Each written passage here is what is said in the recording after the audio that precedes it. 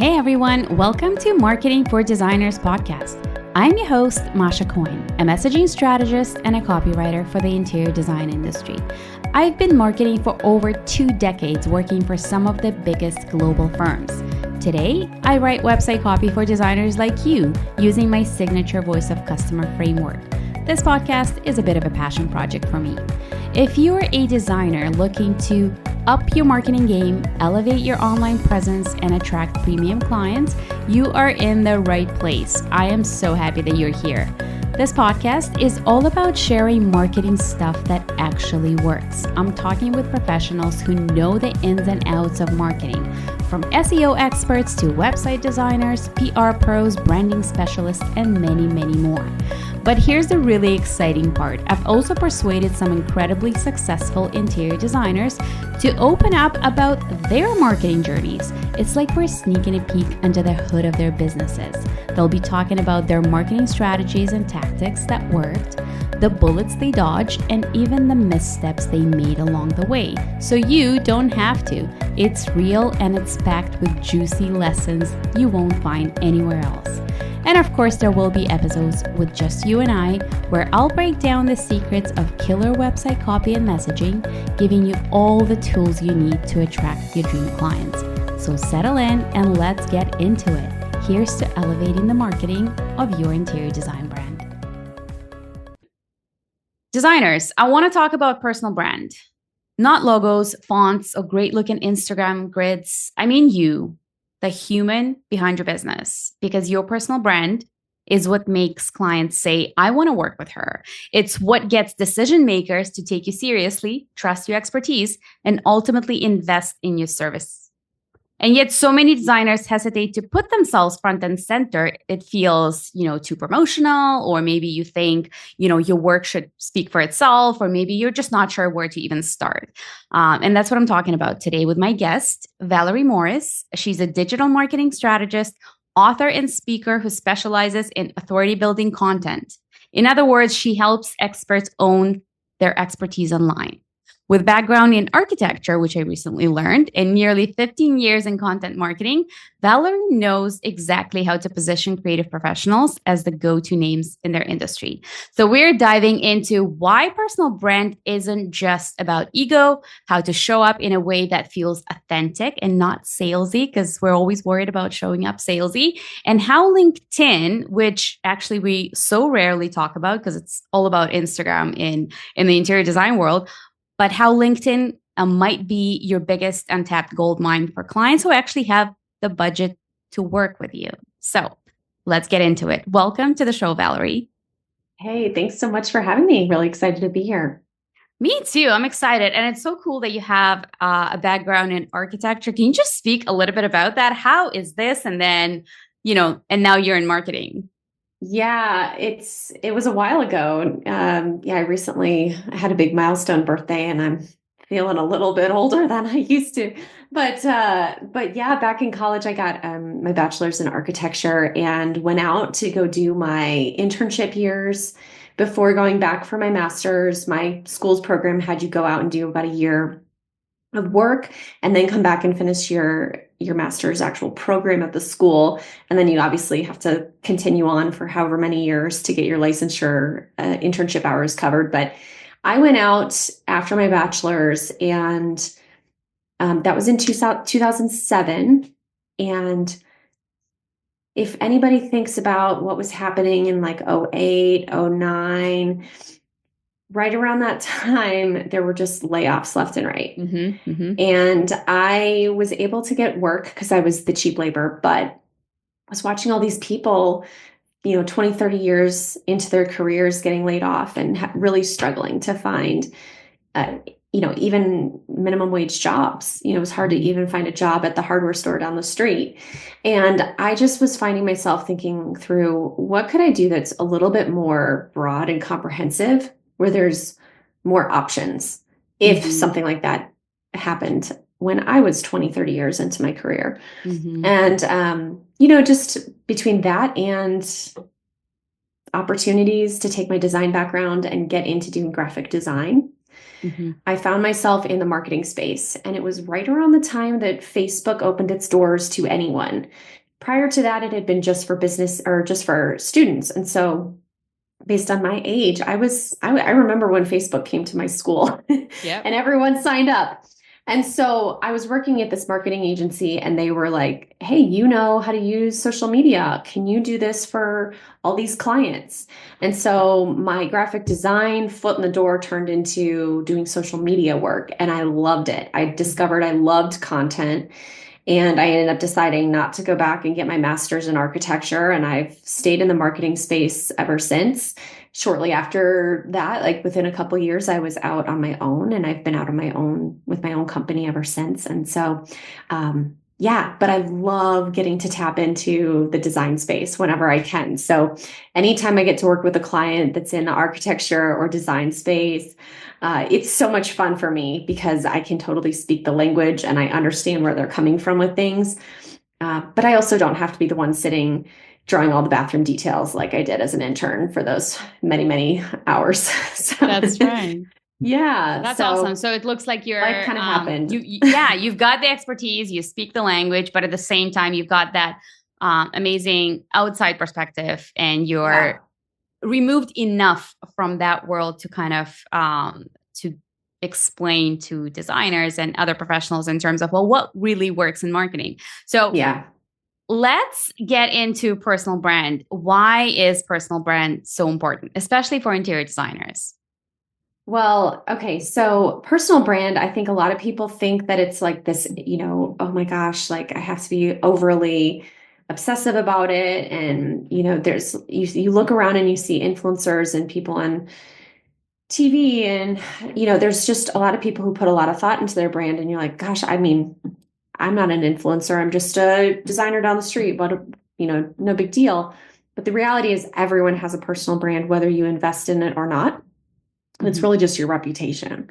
It's really just what other people know you for, know of you, what they think about you when they hear your name, see your face. And so whether you're working for somebody else or you have your own firm, you have a brand that is being perceived by your coworkers or your clients. And it's important to think about, like, am I being intentional about how I am coming across to those in my sphere, to those in my network? And are there things that I could be doing that are intentional to help grow that perception of what I want to be known for, what I want to be, what kind of authority do I want to have? What kind of expertise do I want to be known for? And also, I also like to think about, what kind of the soft skills types of words, like what kinds of feelings do people want to have about me when they hear my voice or see my face?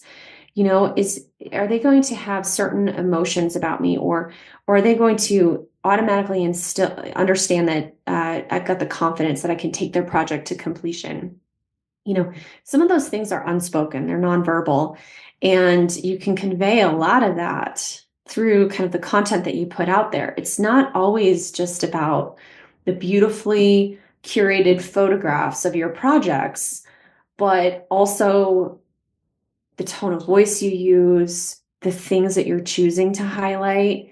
Maybe you're celebrating other subcontractors on the project or other members of your team. And as a result, by celebrating others, it's showcasing to potential clients that you are a great team player, that you are somebody who celebrates others. And you're naturally going to attract the people who want to work with people like you. And so I think when it comes to personal brand, if you're not showcasing some of those personal sides to you and being intentional about what you're putting out there to the world, people are only going to see what's out there, right? And so if you're not conveying that you're really a big team player or that you like to give back or some of these other things that you're like, hey, to me, this feels obvious, but to the rest of the world, it may not be so. And so personal brand, you really have to be intentional, and you don't have to like stay up late every night trying to figure out and obsess over all this, but it's just a few intentional steps here and there to infuse your personality. And I think a lot of people, I work with a lot of people in kind of the more buttoned up B2B scenarios, which a lot of folks in the design space are in a similar kind of scenario. You're not selling hair bows at, the local boutique down the street to customers. You're not necessarily, maybe you're selling products in an e-commerce store, but for the most part, we're working with other people. And so those relationships are so vitally important. And if you're intentional about how you show up as a personal brand in kind of your messaging and your marketing, it's going to help convey your personality for you in those off times when you're off sleeping or off having dinner with your family or off working on other client projects. Your marketing and your brand messaging can help sell your personality for you.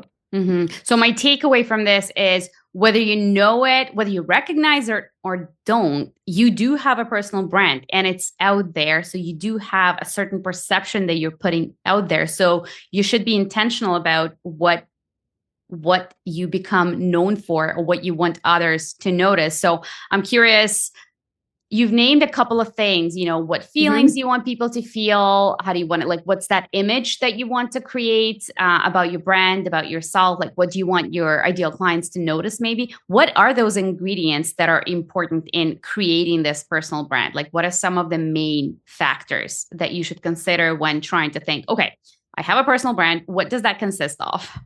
Yeah. Well, I think you start with your expertise. I mean, that feels like the lowest hanging fruit. We've all obviously gone through training. We've done client projects. We know what some of our sweet spots are. And so lean into your expertise and your knowledge.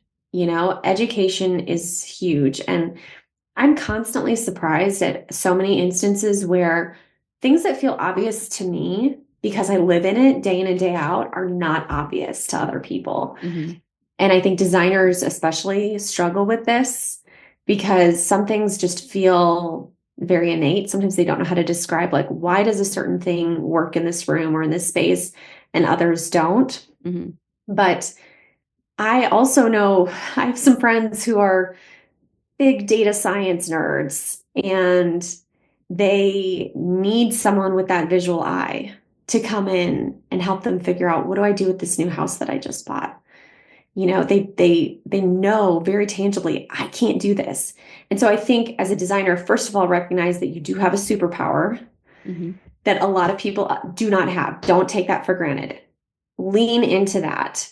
And then start showcasing that. That's the first place I think to start. Then I would look at your values. Are there certain things that you really stand for? Because if let's say client communication is like one of your paramounts and one of the things that really has set you apart from other designers or competitors in your area, and you've had people verbalize to you like, hey, Valerie, you have really like walked me through this whole process. You made it so easy to take me from here to there. I knew exactly what to do and when. Like, start explaining that and talking about that as part of your process and what sets you apart. Because busy professionals who are hiring a designer, they want to know that you're going to make it easy for them. Think about the process of what you do and what makes you different. And then I would start to think through like some of the frequently asked questions that come up with your people. Really dig into what's come up in the past and see if there's any common threads. Are there any common threads that are unique to you, or are there any common threads just in the industry at large that are worth recognizing? And then I also kind of think through just my own personality. Are there specific things that kind of help make you stand out? Just personally, there's all sorts of things, like, for example, my husband and I own a hobby farm, and we actually have 5 goats that we shear. I know, it's so weird. You did not expect me to talk about goats on this one. I love it. But I will go to conferences and people will ask me about the goats. And so it's just such an interesting thing where it's like, there's something interesting about you. And so I think if you can infuse some of your personal stories, you're just going to be that much more memorable. Sharing about that time you took surf lessons and swallowed half the ocean. People are going to connect with some of those things. Learning how to surf has nothing to do with marketing, but it is one of the stories I've shared in some of my email campaigns with my network. And it's done so well. I've gotten responses back from people, like actually hitting reply on a mass email because of stories I've shared. And so it's just a way to kind of connect on a human level with other people. And then them realize, like, oh my gosh, I went to that same surf camp and learned how to surf there too. Or, you realize that you went to the same alma mater, or you have a similar, past experience. Maybe you walked through a certain illness or something that you open up about. You connect with people, and that connection is really, I think, to what we were talking about at large for today is like, how do you come across authentically? If you use some of your personal stories, you don't have to go into all the grit and the grime of the story, but you can pull some anecdotes out. You can talk about your kids without always showing photos of them. It's like there's obviously a level of privacy that you may still want to take with your broad audience, but you can let people in a little bit. And I think that shows people that you are human. You are someone that they might want to work with. It just helps them show, like, hey, we can have a connection point here. And it's not just like, oh, my house does not look like those pristine photos on Instagram, but here, it's everyday people just like me that are hiring interior designers to come in and help us with the space. It's that connection, like the relationships and the human connection is really where you want to get to with your branding. I like that. And I love that you shared that story about the goats, and it's unexpected. It's definitely memorable. It's something personal. It almost makes me feel, oh, okay, so we're getting to know you, not just your business, not just your process, not just, Valerie Morris, the business owner, but you personally. And I think that's what creates that emotional connection, because it makes us feel something. It makes us feel, that we can maybe trust you a little bit more because you're opening up. I think for designers and for myself personally, it's determining, well, how much is too much opening up? Right. What, how much is, I'm always trying to open up a little bit, mostly I think on social media and a little bit in my newsletter. I talk about my kids. I talk about some of the things that happen to me throughout the day, that maybe something funny or something just interesting that happens. I'm always trying to connect it to business. I don't know. Do you always have to connect it? Like, well, here's the lesson that I learned from that experience or something else. And I think that's what designers often struggle with. Like, how much is too much? And does it always have to connect to something business related? Or can it just be, hey, this is me. This is what happened. I love that this happened, or I hated that it happened. Yeah, when it comes to content, I'm always thinking through, have I talked about this similar thing too much recently? I'm trying to space out different types of content. So the personal posts, in my mind, they're a type of content. And so I'm not going to do just personal posts, selfies from not a concert, well, maybe a concert, selfies from a concert or a conference, or a picture of me out with my goats, or like, I'm not going to do the personal stuff all the time. I'm going to intersperse it with educational content, project content, maybe behind the scenes stuff of product selection, or, a selfie of like all the samples laid out, or, like just something like that, where you intersperse things so that you're being intentional about having a cadence of how often you're talking about certain services you offer, how often you're educating people on the process, how often you're speaking to your approach to business, how often you're sharing some sort of personal anecdote. And so when it comes to sharing too much, I mean, there's kind of some hard and fast rules around, like, people don't really want to talk about politics or religion. Like, there's just some things that, like, you want to mention those, you're going to start having people feel ostracized. And, maybe that's your intention, but it's also just a safe thing to say, I'm not going to even go there. But, when it comes to too much, like, I know people who they intentionally don't post pictures of their kids or their kids' faces.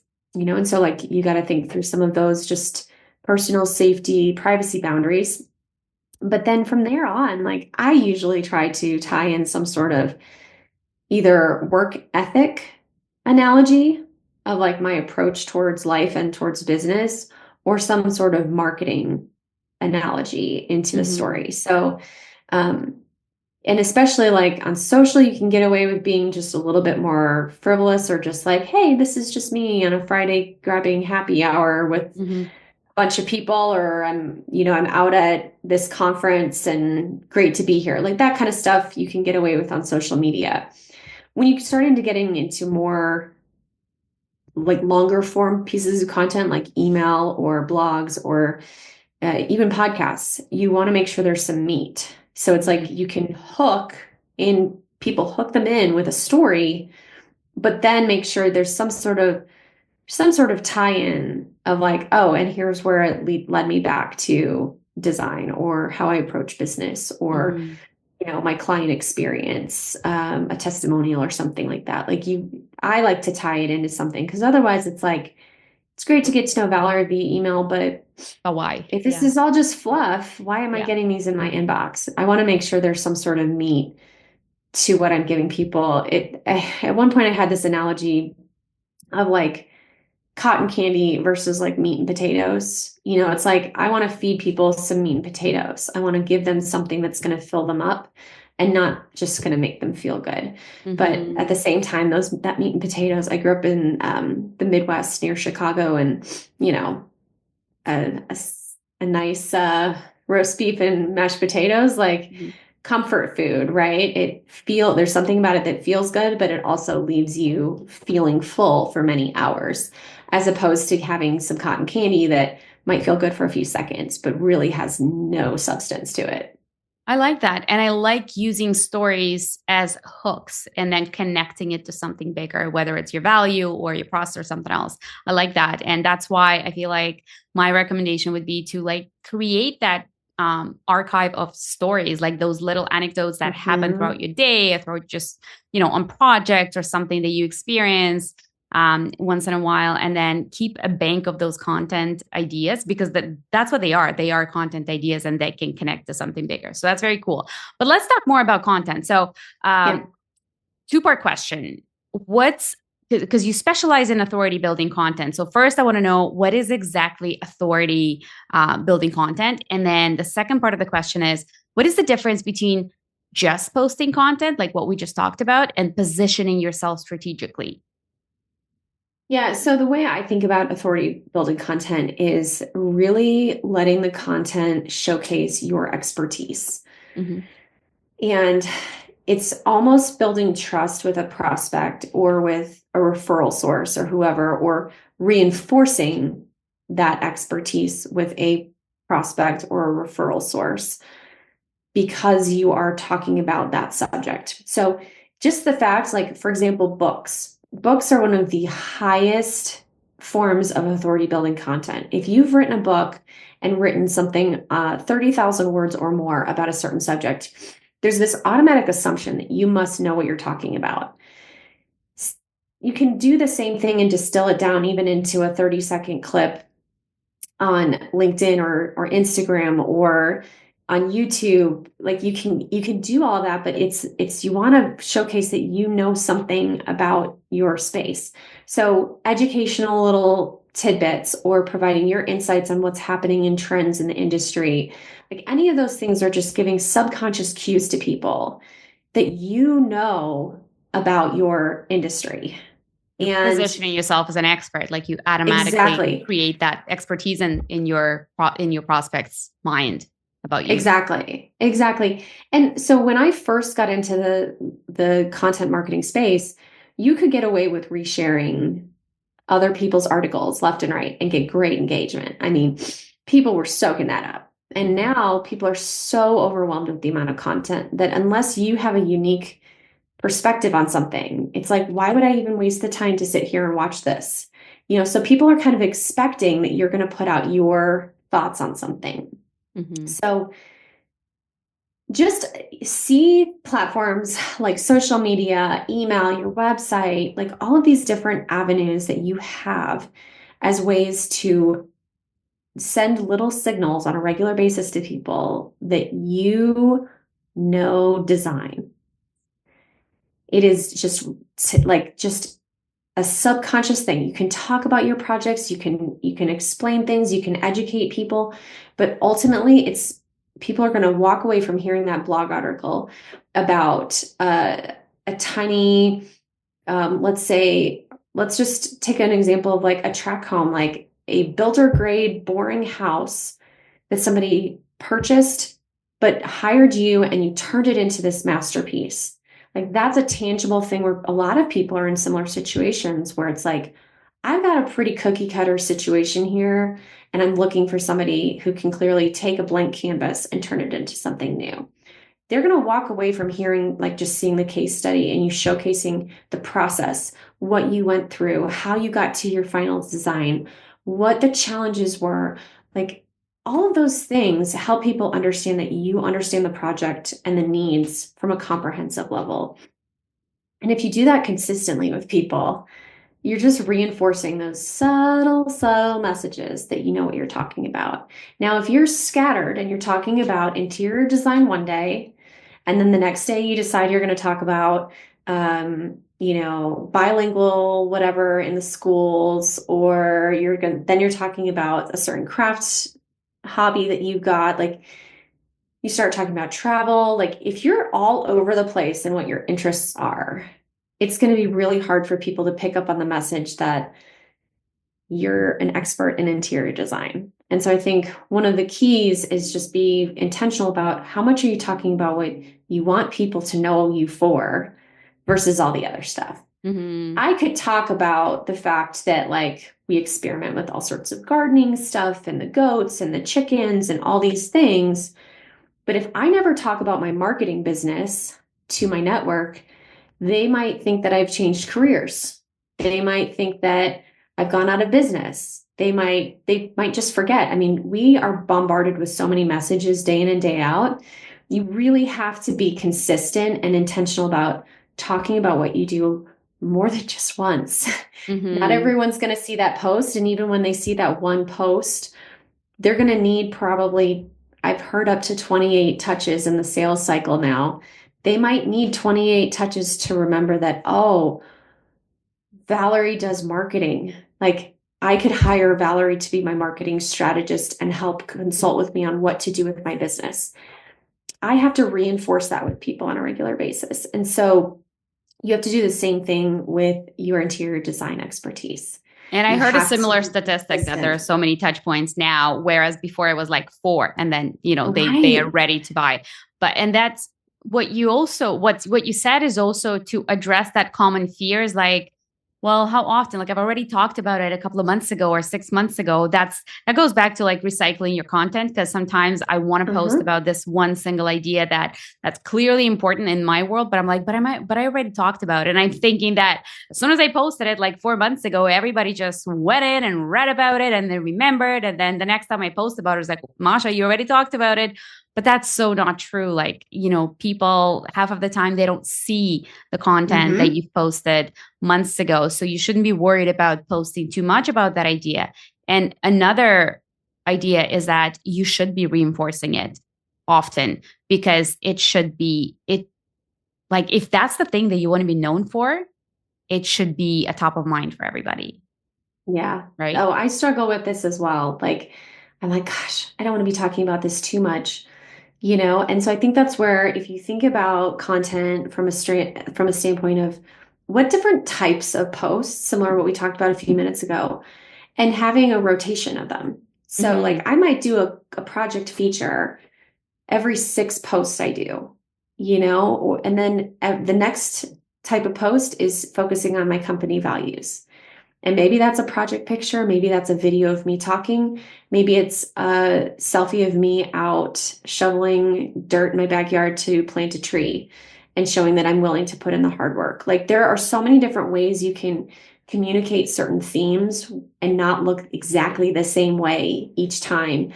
But you want to make sure you're being intentional to reinforce those values. So start with like, what are the big things I want to make sure people know about me? What do I want to be known for?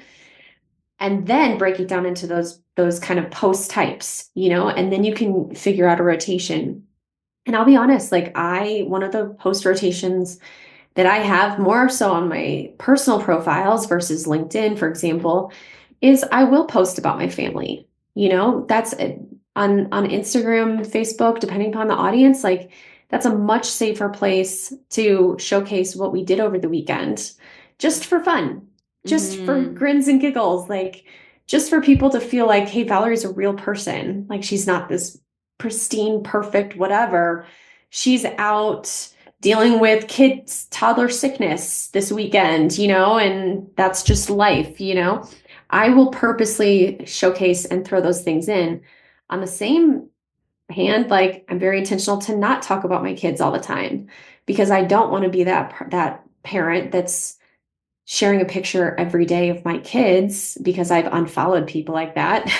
Not everyone wants to see pictures of your kids every day. So I think just thinking through kind of a cadence really helps and helps you get a little bit over that imposter syndrome. I don't think the imposter syndrome ever fully goes away, but it does help. But I like that. And I feel like you addressed the second part of my question is showing up strategically or posting strategically is having those, what do you call them? I guess, pillars of different content, right? So, you're going to post 30% of this, 30% of this, 30% of this, and 10% of this. And that's how you show up strategically. And then you create a rotation. But as you were explaining what you post on your personal account, I started thinking about, what do I post on my personal account? Not my, Masha Coyne, the copywriter account, but my personal account. And I keep thinking I post a lot about travel, kids, and working out. These are the three things. And it's funny because I post so much about it. When I meet people in real life and my friends, I was like, oh, Masha's always working out, or she's always, either traveling or she's like a super mom and always busy with kids. And it's true. So what we put out there is what we become known for. That's not all I do. Like I do so much more than just those three things. But because I only post about those three things, it might be more, but mostly it's that. I almost become known for that in my personal circles, which is just so funny. I never thought about my personal account and having like pillars of content on my personal account, but I do have that. And I'm sure listeners do too. Well, on your personal account, I mean, never discount your personal account. I mean, I get more business referrals from my personal Facebook account than LinkedIn's probably the top spot, but then Facebook is a close second. Then interesting. And I don't really talk about work a ton. I talk about it here and there. I'm very strategic. I don't want to ostracize all the friends from high school and college and neighbors and whoever that don't care about marketing, right? I don't want to be talking about just marketing to where they're like, I don't know, I'm not going to follow her stuff anymore. So I like to kind of keep it fresh, but then I do get referrals here and there where they're like, oh my gosh, my neighbor was just opened up a business and needs help with marketing. I know exactly who to refer them to because I know that's what Valerie does. And so it's when you think about it just in terms of like the relationships and just staying top of mind with people and using these social platforms as a tool to help you do that, it just starts to feel more natural. Like, oh yeah, I could talk about work here and there on my personal account. I love that. And you never know where your next referral is going to come from. And I think that's honestly as a designer, especially for folks that maybe work more with like direct consumers versus working with larger, just B2B with other firms, it's incredibly important to make sure that anyone and everyone knows that you could be hired. I love that. And so, the lesson there is don't discount what you do on your personal account. So make sure you do drop some things about what you do because you want your personal networks to know that. And I was just thinking about my personal account. I also get questions sometimes from people that are not in my space. And I could have never even thought that they would hire me or even inquire about my services. But I do, once in a while get a question, hey, my friend just started this and she needs help with this. Can you talk to her? So and that's a really good advice for that. Yeah. But you did mention LinkedIn. So I do want to talk about LinkedIn. Yeah. So you said LinkedIn is a goldmine for designers, but most designers like completely overlook it because they live on Instagram. That's where their clients are. That's where they can showcase their beautiful work. So why should they reconsider? Why LinkedIn? Okay, so I will try to condense this to just a few mere minutes because I could talk on this for probably a whole day if I wanted. But okay, so LinkedIn is one of the only places that I found where you can actually curate exactly who you want to be in your audience. So I'll use like a real estate mortgage lender example because everyone kind of understands that analogy, but it's very relevant for interior designers. You have specific people always refer you out. But in the mortgage realtor relationship, you've got a mortgage lender who gets most of their business through referrals from real estate agents in their town, right? So Sally, mortgage lender, goes on to LinkedIn, does a search for real estate agent Denver, which is where I live. So real estate agent Denver, and hundreds, if not thousands of agents pop up as options. And she can request to connect with any of those people. And as those people accept her connections, she gets more connected into the industry. It opens up more doors for even more people that are second connections. Pretty soon, her network is full of real estate agents. So when she posts an update to her own LinkedIn feed, it's going out to majority real estate agents. She might have a few friends from high school, college, whatever, that are in other industries, but most of the people are going to care about real estate and mortgages. And she is going to be able to stay top of mind now with all of these people. Other platforms, you can't go request, oh, will you follow me? Will you connect with me? You hope that you're attracting the right people, but you don't have that connection. Also on LinkedIn, if you're leveraging it on like a personal platform versus a company page, it's a person-to-person interaction. Whereas other platforms, it often is perceived as like a company. And you have like a company profile on Instagram versus a company. Like people are going to connect more with a person's face than they are going to with a logo. And so there's just a lot of power in connecting with other real people. The other big thing that I love to throw out, and I had to look this up before we chatted, but one of the more recent studies, it's still a few years old at this point, but it's saying that between 53 and 60% of LinkedIn users have an income of over $100,000 per year. And so when you think about like trying to connect and attract with the decision makers, think about it like CEOs. They may not be on any other platform, but they're going to be on LinkedIn. And often they don't have gatekeepers. You can get directly to the CEO in a direct message versus going through their admin and all the front desk and all that stuff. So if you're looking for people who have the decision-making capability and the discretionary income to afford design projects, it's a great space to be building your network with people who are going to like building a focused network versus obviously Instagram. Don't get me wrong. It's wonderful and way more visual. You can still be visual on LinkedIn too.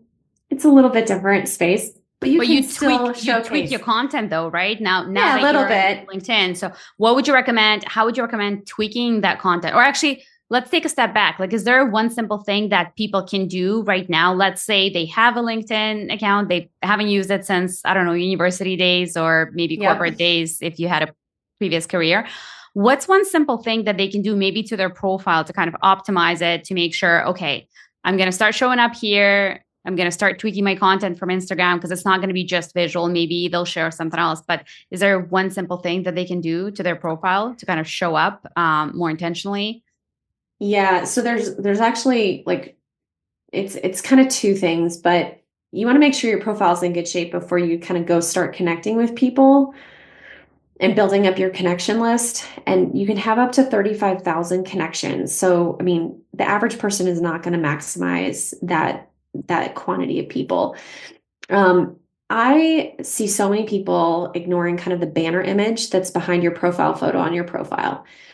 And you can just pop into Canva, create a beautiful graphic, and put text on that explains in a visual way what you do. So when someone lands on your profile, they don't have to scroll to get to anything else to see what you do. It's very clear what you do, who you serve, maybe your philosophy about things, like condense it down.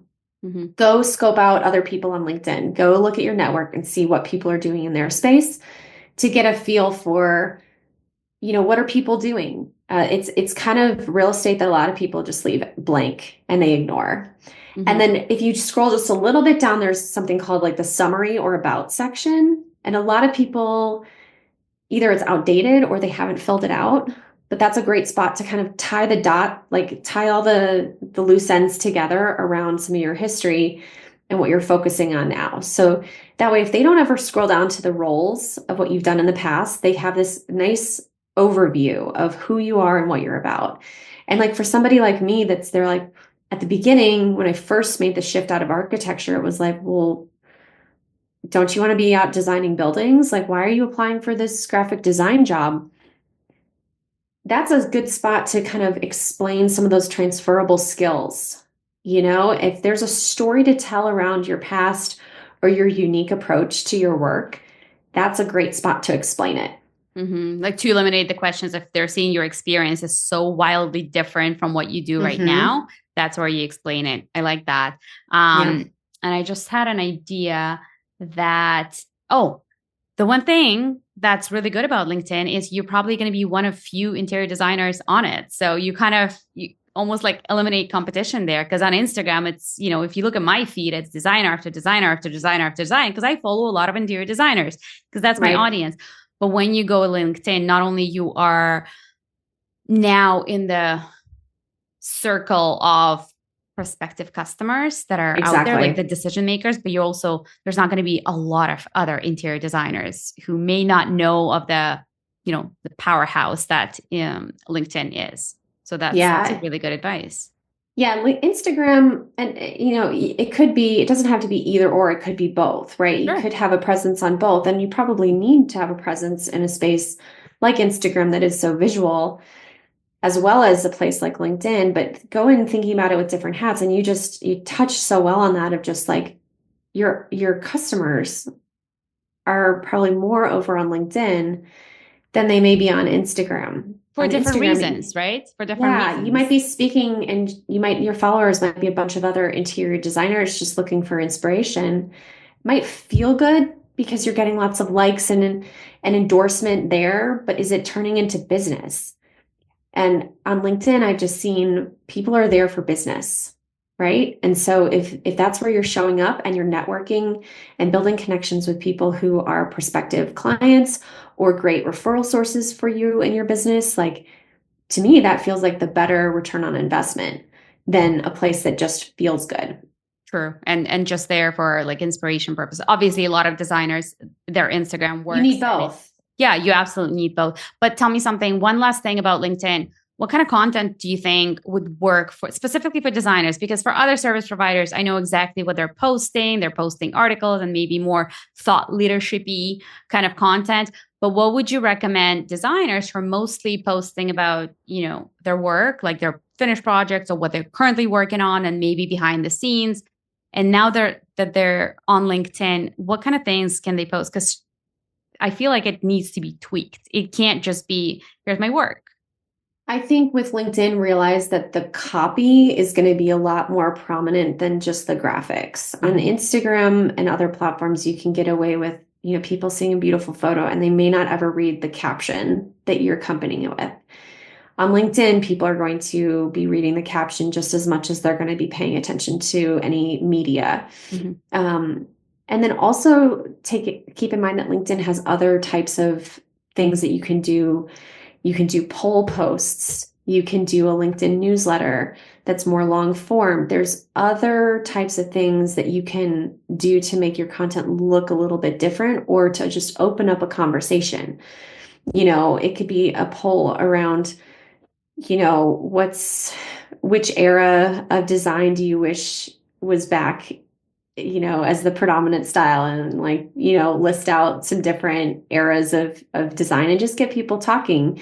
You could do stuff like that on LinkedIn without necessarily even having to create any graphics, and so just, it kind of takes a little bit of the pressure off. I also think LinkedIn is a great place, similar to what we talked about showcasing your philosophy. Mm-hmm. So you might have a photo of you at a conference or a selfie of you with a friend that you've known for 20 years, that you've been doing business with for 20 years now. And you talk about like the power of relationship and blah, blah, blah. Like, and it's focusing on the fact that you are in it for the long-term relationship with people. Like, think about the subconscious signals of what you're talking about there. I think with LinkedIn and any platform, but especially LinkedIn, that's a space where I maybe posted a picture of my family once. Right. I typically focus more on me and my experience versus like tying my family into the story on LinkedIn. And I don't know, some of that is just I want to keep it a little bit more buttoned up and professional. And some of that is you just don't see that space. Like, people don't want to see cute cat photos all day long on LinkedIn. They'll go somewhere else if they really love certain types of cats and want to see all those pictures, right? They don't want to see that on LinkedIn. So I think just knowing your audience of like, maybe the ratio of personal content is a little less on LinkedIn and you focus more on the projects. But I do think the philosophy is huge, because if someone's thinking about working with you or bringing you onto a project, they want to know that you're someone who gets stuff done, or you're somebody that they can trust to figure out a tough problem, or you're somebody who can work with difficult clients, or whatever the case may be. You want to evoke some of those principles more so on LinkedIn than you might over on other platforms where you're just showcasing maybe more of the pretty stuff. Oh, I love that. You just made me think about my LinkedIn. I feel like I need to resurrect it because I haven't been there consistently for a while. But come to think of it, LinkedIn has been instrumental, not necessarily attracting direct clients for me, but bringing me like speaking opportunities, for example, at conferences. And that was huge for my visibility and like PR efforts. So that was huge. And that's one of the important goals in my business, not just direct business, but other things too. And I'm sure designers also have multiple different goals with their marketing strategies. So yeah, I love LinkedIn. Yeah. I could rave about it all day long, but yeah, it's a great place to show up. Very cool. Okay. So, Valerie, I'm going to let you go soon. I just have 2 more questions. What's one habit or practice that you've implemented in your life or in your business that has been game changing? Could be professional, could be something personal that you do or have done. Yeah. Okay. So I actually, it's right here. I have a little notebook that sits on my desk, and it's the kind that will just like sit like a tent. And anytime I come across like an inspirational quote, or someone drops like a really good soundbite that I'm like, I do not want to forget that. A lot of them are focused around business growth, personal mindset, professional growth, that kind of stuff. And I just have it's sitting right behind where my mouse is. And I just flip to a different page every couple of days and look at a different quote, and it's right there too. And I'm on a meeting or I'm listening to something and I need to write it down. So having that handy has been huge, and it's small enough that I can throw it in my backpack if I want to take it with me. I love that. That's good. That's because, I do that with my notes function on iPhone, and I never go back there unless it's like, that's where I recorded a password or something. I love that. That's very visual, and it's easy to kind of flip back. Love it. Okay, cool. All right, Valerie, where can people find you if they want to connect with you, or maybe learn more about you, or maybe hire you? Yeah, so you can find me at tinterocreative.com and on LinkedIn. You can find me Valerie Morris on LinkedIn. And if you want to see any of the goats or any more of my, I don't go a ton into professional stuff on here, but I am on Instagram at Simple Life Vibes. So if you want to see the curly hair goats that I'm going to check it out. we shear that they're pretty much like sheep, but with horns. So yeah, if you want to check out some glimpses of our life in Colorado, you can do that on Instagram. I love that. Okay, Valerie, thank you so much for being here and sharing so much with my audience. Yeah, thanks so much for having me.